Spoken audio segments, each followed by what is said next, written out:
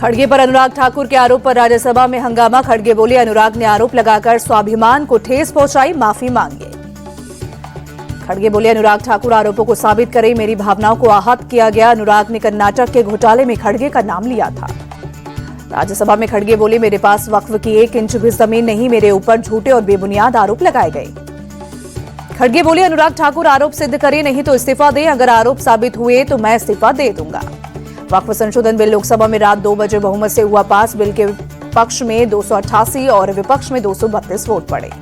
Bill पर Congress, Shiv Sena, UBT, TMC और ओवैसी सहित विपक्ष के 100 से ज्यादा संशोधन प्रस्ताव गिरे। संशोधनों पर देर रात तक हुई वोटिंग।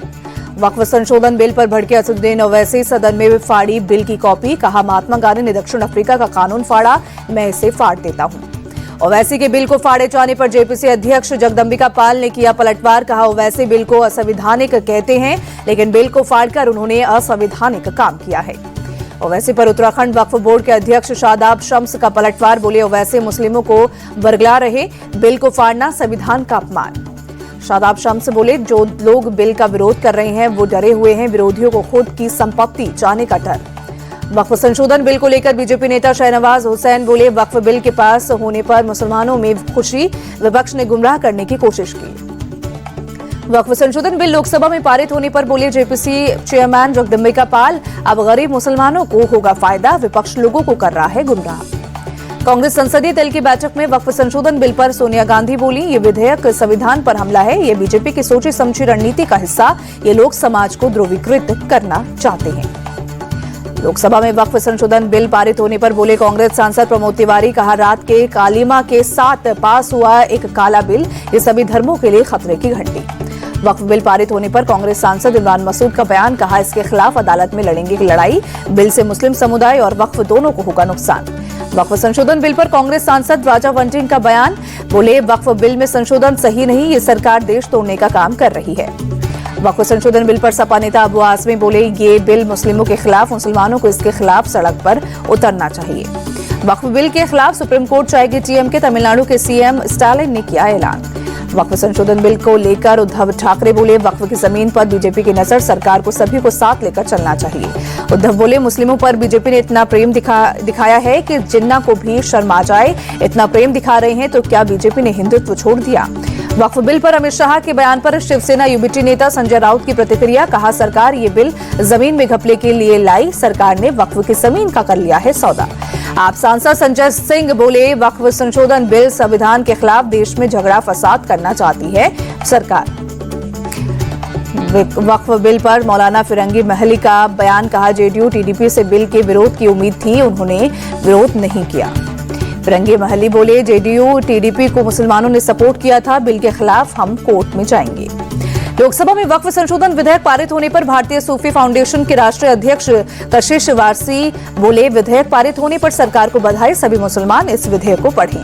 केंद्रीय मंत्री गिरिराज सिंह ने कांग्रेस पर साधा निशाना। कहा, 2013 में तुष्टीकरण के लिए जो गलतियां कांग्रेस ने की उसे हमने सुधारा, अब गरीबों को उनके जमीन पर हक मिलेगा।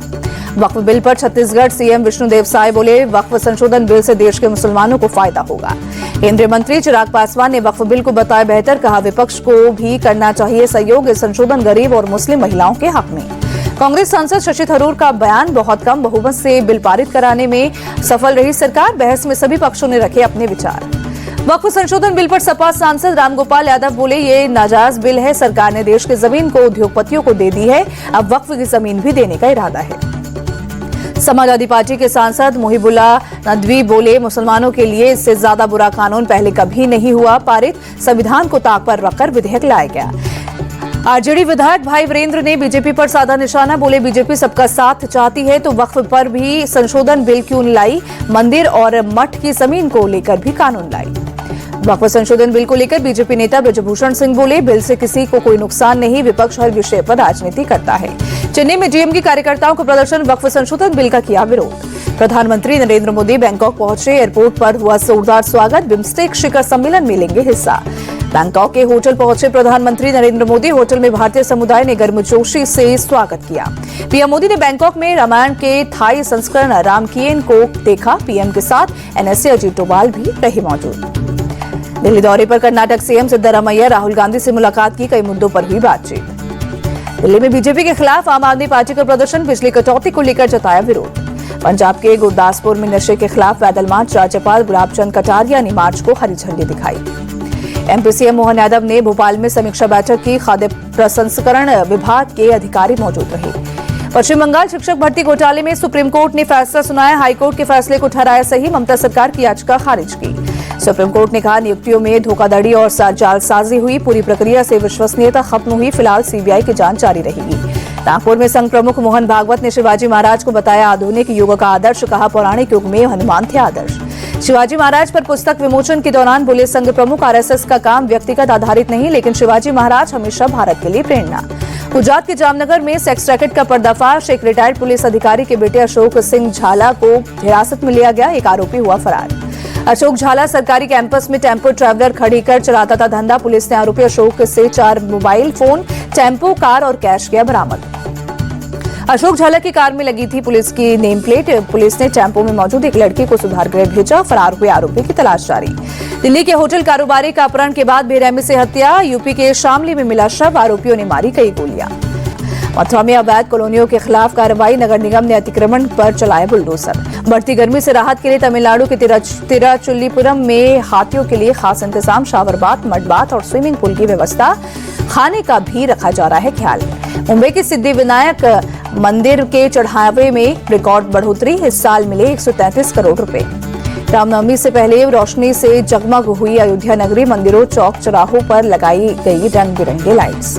इंटेलिजेंस ब्यूरो चीफ तपन टेका अयोध्या पहुंचे, हनुमानगढ़ी मंदिर में पूजा अर्चना और दर्शन कर आशीर्वाद लिया। अमेरिका के भारत पर रेसिप्रोकल टैरिफ लगाने पर कांग्रेस अध्यक्ष खड़गे बोले, मोदी और ट्रंप की दोस्ती से पता चलता है कि अमेरिका एक व्यापारी है जिसके व्यापार में हमारा देश फंस चुका है। केकेआर के कप्तान अजिंक्य रहाणे का शमी के खिलाफ अच्छा रिकॉर्ड, शमी 7 पारियों में रहाणे को एक भी बार आउट नहीं कर पाए। रहाणे ने शमी के खिलाफ 172 के स्ट्राइक रेट से रन बनाए। पैट कमिंस के खिलाफ अजिंक्य रहाणे और सुनील नरेन का प्रदर्शन कमजोर, डिकॉक का कमिंस के खिलाफ जमकर बोलता है बल्ला। आईपीएल के 14वें मुकाबले में गुजरात टाइटंस की शानदार जीत, रॉयल चैलेंजर्स बेंगलुरु को 8 विकेट से हराया। 170 रन के टारगेट का पीछा करने उतरी गुजरात ने 18वें ओवर में मुकाबला अपने नाम किया। जोस बटलर ने 39 गेंदों में 73 रन की तूफानी पारी खेली। आरसीबी के गेंदबाजों ने किया साधारण प्रदर्शन, भुवनेश्वर कुमार और जॉश हेजलवुड ने एक-एक विकेट झटके। गुजरात की घातक गेंदबाजी के आगे आरसीबी के बल्लेबाजों ने घुटने टेके। आरसीबी के ओपनर फिल सॉल्ट रहे फ्लॉप, 14 रन बनाकर आउट हुए। गुजरात टाइटंस के खिलाफ फेल हुए आरसीबी के बल्लेबाज विराट कोहली 6 गेंद पर 7 रन बनाकर आउट।